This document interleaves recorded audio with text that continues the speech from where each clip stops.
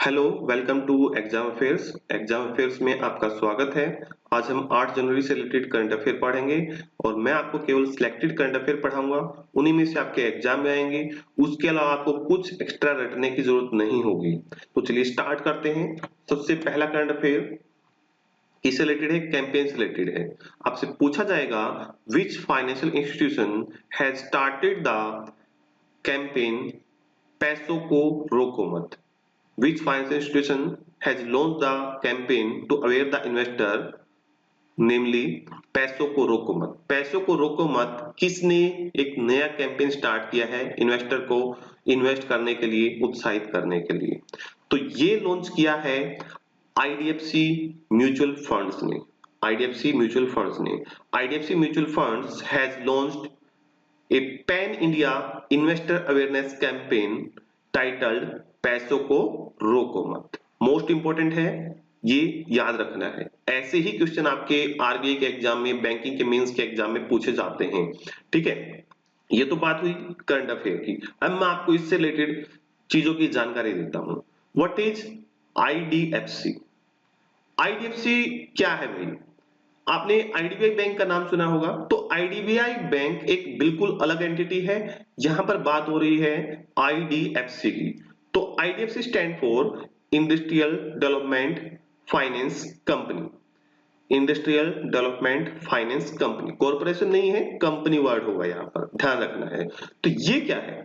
IDFC limited company है, उसकी कुछ सब्सिडरीज हैं। उन्हीं सब्सिडरीज में से आईडीएफसी फर्स्ट बैंक है और उसमें से एक सब्सिडरी है आईडीएफसी एसेट मैनेजमेंट कंपनी। और एसेट मैनेजमेंट कंपनी का ही पार्ट क्या है? आईडीएफसी म्यूचुअल फंड है। अब ये बैंक और ये म्यूचुअल फंड दोनों की दोनों सेपरेट एंटिटी हैं। इनमें भी आप कंफ्यूज मत हो जाना। ठीक है, तो आईडीएफसी म्यूचुअल फंड क्या है? आईडीएफसी एसेट मैनेजमेंट कंपनी की क्या है? एक विंग कह सकते हैं आप, उसका एक पार्ट है। क्लियर हुआ? ठीक है, अब यहां पर मैं बात करता हूं आईडीएफसी फर्स्ट बैंक की। तो आईडीएफसी फर्स्ट बैंक है जो, इसका पहले नाम हुआ करता था आईडीएफसी बैंक, लेकिन 2018 के अंदर इसका नाम चेंज करके रख दिया गया आईडीएफसी फर्स्ट बैंक। ऐसा क्यों किया गया? क्योंकि आईडीएफसी बैंक के अंदर कैपिटल फर्स्ट जो एक एनबीएफसी थी उसका मर्जर हो गया था। कैपिटल फर्स्ट एनबीएफसी का मर्ज हो गया था, तो उन दोनों के नाम को मर्ज करके नया नाम रखा गया आईडीएफसी फर्स्ट बैंक। सबसे पहले मैं बात करता हूं कि ये करंट अफेयर पैसों को रोको मत किससे रिलेटेड था? क्या आईडीएफसी फर्स्ट बैंक से रिलेटेड है? नहीं, आईडीएफसी म्यूचुअल फंड से रिलेटेड था। दोनों की दोनों चीजें अलग हैं। समझ पा रहे होंगे इस चीज को। अभी हम किसकी बात कर रहे हैं? बैंक की बात कर रहे हैं। तो बैंक से आपसे क्या क्या चीजें पूछी जा सकती हैं? बैंक से आपका हेडक्वार्टर पूछा जा सकता है। मैंने इसका नाम बताया आपको। आईडीएफसी बैंक था जो 2015 में फाउंड हुआ था, लेकिन इसका नाम चेंज करके आईडीएफसी फर्स्ट कब किया गया था? 2018 के अंदर किया गया था। क्लियर है? आईडीएफसी फर्स्ट बैंक का हेडक्वार्टर कहां पर है? जहां पहले था मुंबई में है। और आईडीएफसी फर्स्ट बैंक के सीईओ कौन है? वी वैद्यनाथन। मोस्ट इंपोर्टेंट है, मोस्ट इंपोर्टेंट पर्सन है वी वैद्यनाथन। तो इतना तो आपके बैंक से रिलेटेड हो गया, इतना तो आपके बैंक से रिलेटेड हो गया। और ये जो ऊपर का करंट अफेयर था ये किससे रिलेटेड था? आईडीएफसी म्यूचुअल फंड से रिलेटेड था। IDFC mutual fund is the part of IDFC asset management company. Asset management company क्या होती है? जो इन्वेस्टमेंट के लिए काम करती हैं, जो इन्वेस्टमेंट के लिए काम करती हैं। क्लियर है? तो पैसों को रोको मत, ये कैंपेन क्यों स्टार्ट किया है? ताकि जो इन्वेस्टर्स हैं उनको अवेयर किया जा सके कि ज्यादा से ज्यादा आप म्यूचुअल फंड्स में इन्वेस्ट कीजिए। पैसों को आप सेविंग अकाउंट में मत डालो, उनको रोक के मत रखो, उनको बेटरली इन्वेस्ट करो। कहां इन्वेस्ट करो? म्यूचुअल फंड के अंदर इन्वेस्ट करो। इसके लिए किया गया है।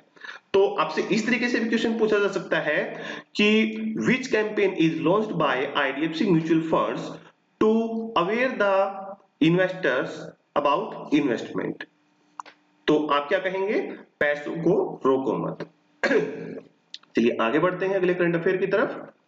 तो अगला करंट अफेयर मोस्ट इंपोर्टेंट है। who has been sworn as the Chief Justice of Telangana High Court?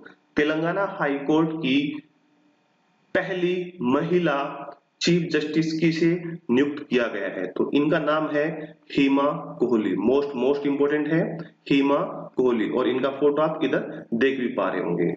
देखिए पहली महिला चीफ जस्टिस है कहां की?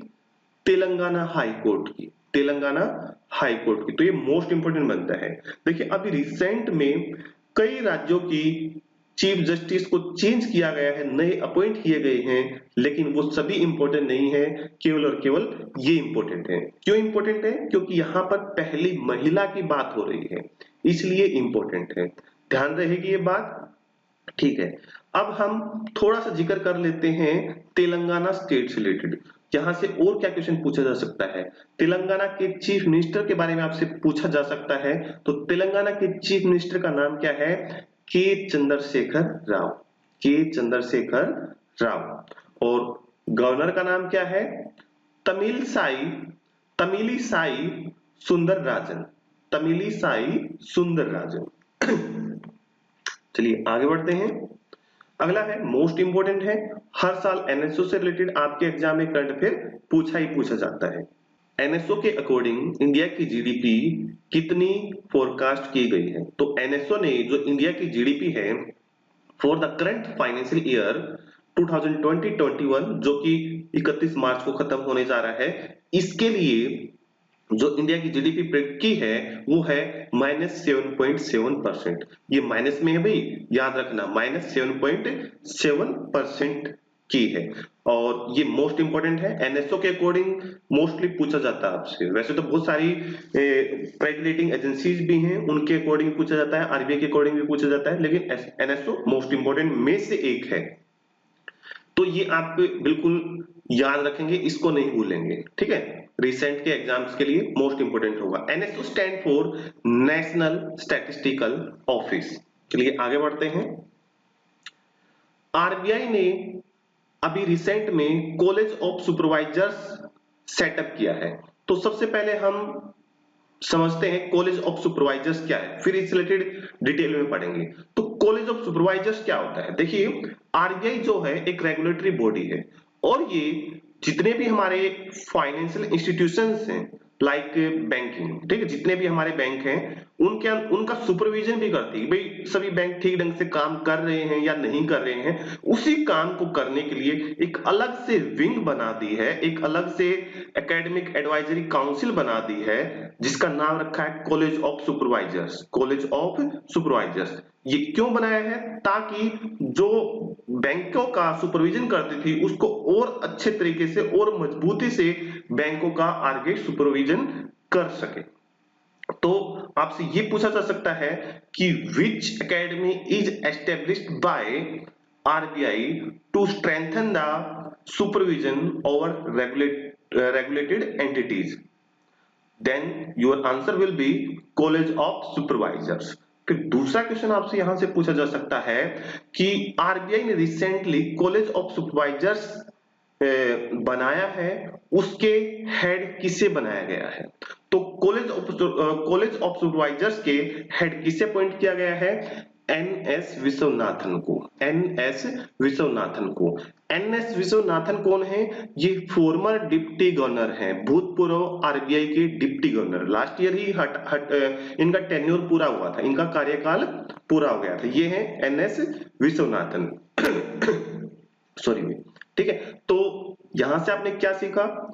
बैंकों का सुपरविजन अच्छे तरीके से करने के लिए आरबीआई ने क्या सेटअप किया है? College of supervisors. College of supervisors के हेड कौन होंगे? एनएस विश्वनाथन। इसके अलावा 5 मेंबर और भी होंगे, लेकिन उन मेंबर्स की हमें नाम इंपॉर्टेंट नहीं है। समझ में आया इतना? चलिए आगे बढ़ते हैं। अगला करंट अफेयर है, किस राज्य सरकार ने कृषि संजीवनी वैन्स को लॉन्च किया है?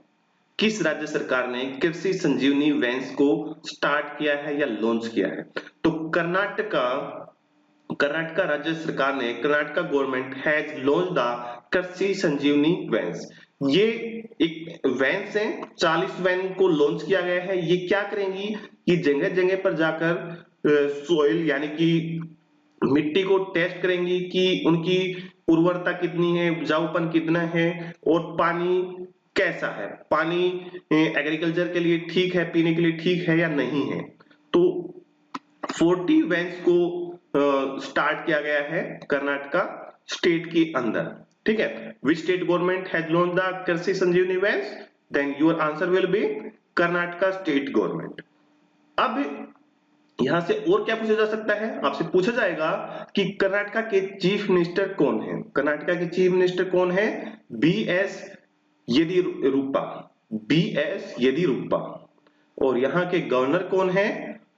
वाजुभाई वाला, वाजुभाई वाला, वाजुभाई वाला। अगला करंट अफेयर, एक बुक है, एक नोवेल है जिसका नाम है right under your nose, right under your knows, your nose. पहले तो इस नोवेल का मीनिंग समझ लीजिए। राइट यानी कि ठीक, अंडर योर नोज ठीक आपके नाक के नीचे, यानी कि आपके नाक के नीचे कोई कुछ कर गया, कुछ काम कर गया, इसका यही तो मतलब निकला। तो right under your knows novel किसने लिखी है? तो ये लिखी है आरबीआई के अंदर मैनेजर हैं जिनका नाम है R Giridharan. R Giridharan has authored the right under your nose, right under your nose. इस नोवेल के अंदर क्या लिखा गया है? इस नोवेल के अंदर आर गिरिधरन ने लिखा है कि एक मर्डरर जो मर्डर करता है वो ठीक पुलिस के नीचे, पुलिस के नाक के नीचे एक साइंटिस्ट का मर्डर कर देता है। इसके ऊपर एक स्टोरी है, वो आप चाहें तो आप खरीद कर इसको पढ़ भी सकते हैं। तो ठीक आपसे क्या पूछा जाएगा? Who has authored the right under our knows? तो ये आंसर होगा आपका आर गिरिधरन। मोस्ट इंपोर्टेंट बनता है ये भी, क्योंकि बैंकिंग सेक्टर से रिलेटेड पर्सन है और आरबीआई के अंदर जनरल मैनेजर हैं। तो ये थे 8 जनवरी के करंट अफेयर जो मोस्ट इंपोर्टेंट थे, और मैंने कुछ सिलेक्टेड ही करंट अफेयर पढ़ाए हैं, मैं सारे के सारे नहीं पढ़ा रहा हूं। चाहे आप किसी भी सोर्स से पढ़ सकते हैं, मैं मना नहीं करूंगा, लेकिन एग्जाम में इन्हीं में से आना है, ठीक है। तो आई होप, चलिए नेक्स्ट सेशन के अंदर मिलते हैं। Thank you, have a nice day.